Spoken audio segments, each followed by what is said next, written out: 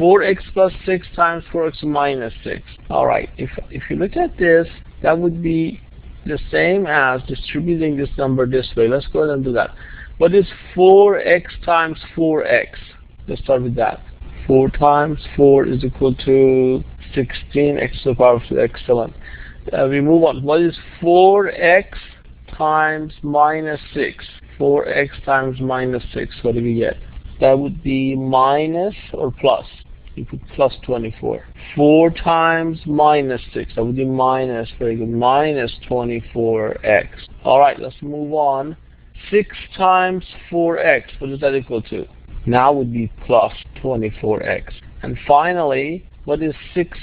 Negative 6 times positive 6 times negative 6. What's that equal to? Negative 36. Excellent.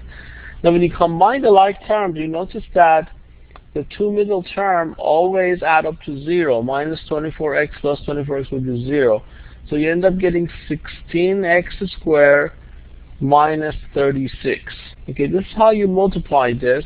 This is a special type of multiplication here called difference of squares. Okay, I want you to take a look at this. If I have a plus b times a minus b, you notice that if I multiply this term by term, I would get a squared minus ab, and then here I get plus ab minus b squared. These two terms always add up to be equal to 0. So you end up getting first term square minus the second term square.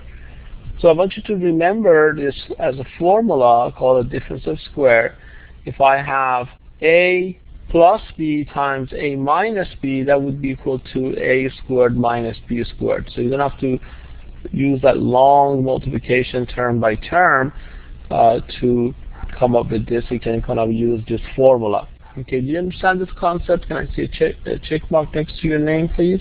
So instead of multiplying term by term, I can remember this formula now. Say, okay, every time I have a plus b times a minus b, that's equal to a squared minus b squared. Okay, I want to see if you understand this concept first of all.